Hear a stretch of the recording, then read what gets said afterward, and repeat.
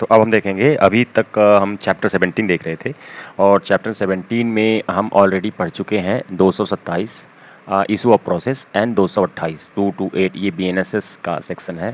228 229 कहते हैं कि पर्सनल अटेंडेंस को मजिस्ट्रेट में dispense with personal attendance of accused, और ये इशू ऑफ प्रोसेस। ठीक है, ये हम चैप्टर 17 पढ़ रहे हैं। आज हम पढ़ेंगे 229। ठीक है, व्हाट इज पीटी केसेस। ठीक है, special summon in case of PT cases, मतलब कह रहा है कि मजिस्ट्रेट के पास गए, सब कुछ तामझाम हो गया। 16 वाले चैप्टर में, चैप्टर 16 में हम लोगों ने पढ़ा था कि कैसे एग्जामिनेशन ऑफ विक्टिम होता था, अरे एग्जामिनेशन ऑफ एक्यूज होता था, सॉरी एग्जामिनेशन ऑफ कंप्लेंट होता था 223। ठीक है, ऑलरेडी पढ़ चुके। 224 में यदि मजिस्ट्रेट कॉम्पिटेंट नहीं है तो मजिस्ट्रेट जो है कॉम्पिटेंट मजिस्ट्रेट के पास जो है उसको रिफ़र कर देगा। 225 हम लोग पढ़ते थे कि postpone of issue of process, postponement. ठीक है, मतलब इशू ऑफ प्रोसेस को करने से पहले एक बार उसको पोस्टपोन करना और उसमें कुछ चीज़ों को चेक एंड बैलेंस चेक करना। ठीक है, ये ऑलरेडी पढ़ चुके हैं हम लोग।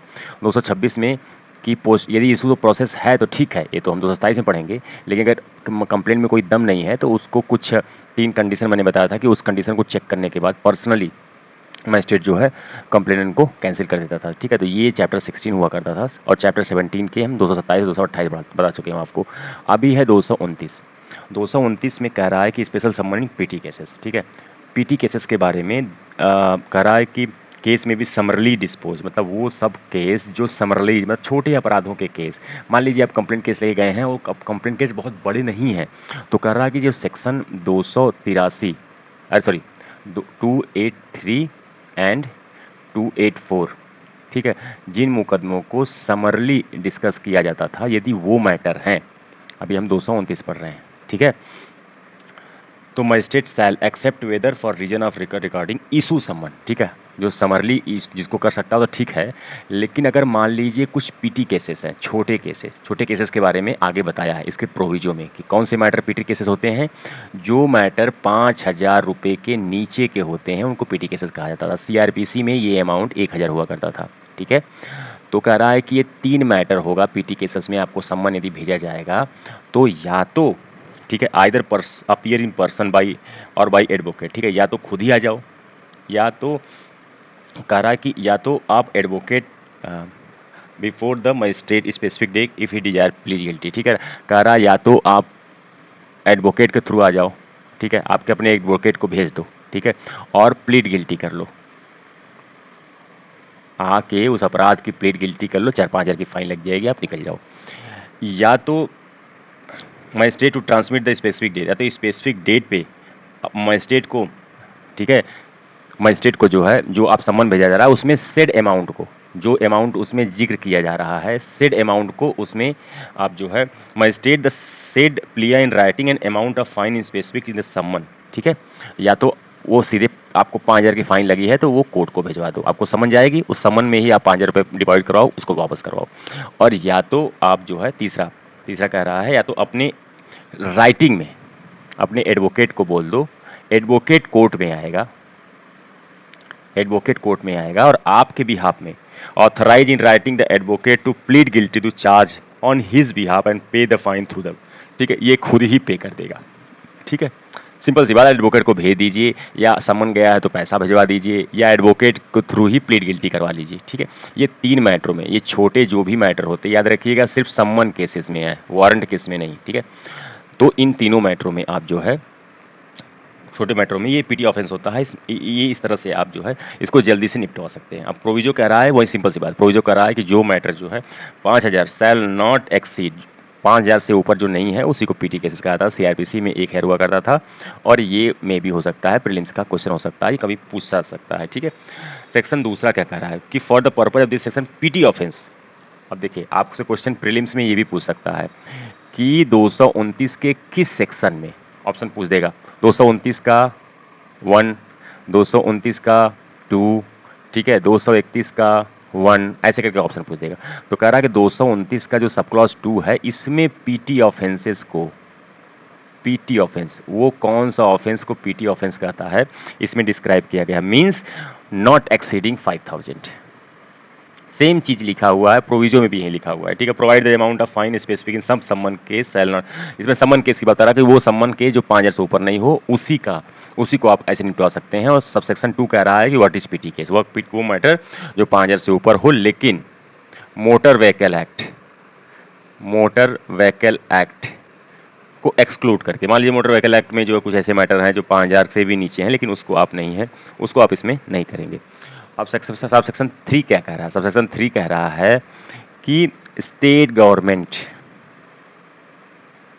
टाइम टू टाइम, ठीक है ना, state government time to time notify कर सकती है पीटी ऑफेंसेस को, empower any magistrate to exercise power to confessing the relations of any offence with compoundable. कह रहा है कि वो ऑफेंस जो कंपाउंडेबल है, कंपाउंडेबल को वो कंपाउंडेबल ऑफेंस क्या है, इसका मैं ऑलरेडी आधे घंटे का वीडियो बनाया हूँ। छोटे ऑफेंस जो इतना समझ लीजिए जो ग्रेव ऑफेंस होते हैं वो नॉन कंपाउंडेबल होते हैं, ठीक है। कंपाउंडेबल ऑफेंस को स्टेट, इसमें कह रहा है कि स्टेट गवर्नमेंट नोटिफाई कर सकती है कि मजिस्ट्रेट किसी भी कंपाउंडेबल ऑफेंस को जिसका जिक्र 329 ऑफ BNSS में है, ठीक है, किसी भी स्पेशल पावर दे सकती है मजिस्ट्रेट को कि किसी भी कंपाउंडेबल ऑफेंस को, ठीक है, जो 3 मंथ से ज़्यादा जिसकी सज़ा न हो, ठीक है, उसको जो है सिर्फ कन्वर्ट कर सकता है फाइन में।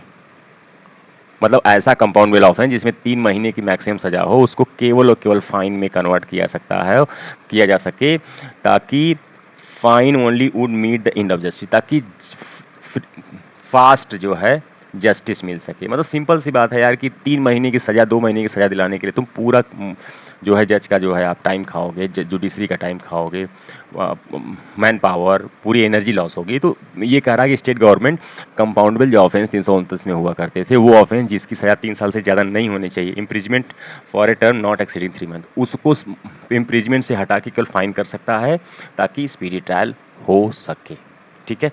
तो हम इसमें देख चुके हैं कि what is special summon, special summon को आप कैसे निपटाएंगे जो पीटी ऑफेंसेस के हैं।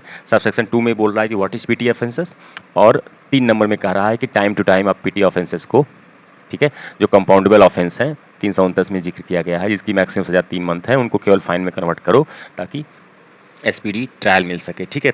अब देखिए, अभी तक हमने आपको बताया कि व्हाट इज 227 इशू प्रोसेस, इसके बाद 228 है आपका पर्सनल अटेंडेंस को डिस्पेंस करना, ठीक है। इसके बाद है 229, इस 229 जो हो गया आपका स्पेशल समन इन पीटी केसेस। अब है 230 ये कह रहा है कि भाई सब हो गया, इशू प्रोसेस हो गया, छोटे छोटे अपराधों के बारे में देख लिया गया, लेकिन अब ये कह रहा है कि भाई यहाँ लार्ज अपराध हुआ है, मतलब लार्ज क्वांटिटी का अपराध हुआ जिसमें 2 साल 3 साल 4 साल ऐसे हिसाब की सजा है, तब क्या करोगे?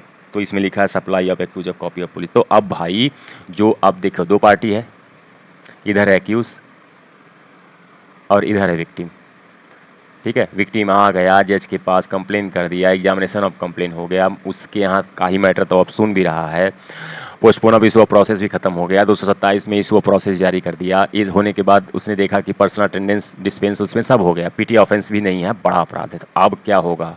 अब भाई मुकदमा चलेगा, क्या होगा? ट्रायल स्टार्ट होगा। क्यों? कंप्लेन केस का ट्रायल स्टार्ट होगा। तो अब ट्रायल स्टार्ट होगा तो इसको कुछ डॉक्यूमेंट्स देना होगा, कुछ डॉक्यूमेंट्स देना होगा, उसी बेस पे, ठीक है, वो मुकदमा लड़ेगा, ठीक है। उसको पुलिस एफआईआर तो हुआ नहीं, उसको पुलिस रिपोर्ट देनी पड़ेगी, एफआईआर हुआ तो वो भी रिपोर्ट देनी पड़ेगी, ठीक है।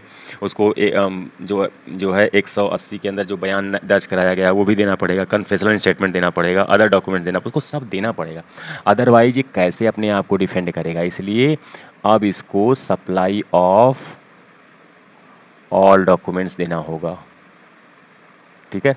इसको हम अगले सेक्शन में बताएंगे आपको। अच्छा, इसके बाद हो जाएगा सप्लाई कॉपी स्टेटमेंट। 231 क्या है? Accused of other. अब क्या है? अब ट्राइबल वाई के 231, 232 एंड 233, ठीक है।